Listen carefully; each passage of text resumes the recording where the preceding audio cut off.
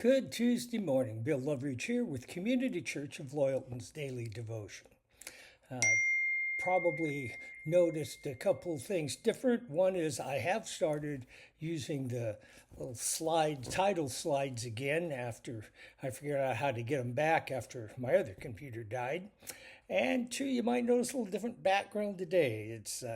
I'm actually recording this Monday night as usual, the day before, and it's my night to provide security for the women's Bible study, so I'm at Grace Baptist Lemoore right now.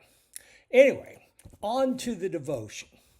The devotion, this time of year, dealing with gardeners, you'll relate. It's called Weeds. It's from the wells.net website. Matthew 13, 24 and 26 through 26. Jesus told them another parable. The kingdom of heaven is like a man who sowed good seed in his field. But while everyone was sleeping, his enemy came and sowed weeds among the wheat and went away. When the wheat sprouted and formed heads, the weeds also appeared. If you've ever planted a garden, you know that there is one kind of plant that will always grow. The green beans may not germinate, the corn might get scorched and produce little, the bugs might eat up your cucumbers, but weeds are guaranteed. I have never once planted them in my garden, and yet every year they are my most successful crop. In today's Bible reading, Jesus put on his farmer's hat for us and teaches us some lessons from the fields. The farmer will work the soil, remove the stones, add fertilizer as needed, and carefully plant his crops. But the weeds will always grow.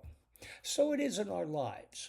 Our gracious God has carefully planted the seed of good news of Jesus in our hearts.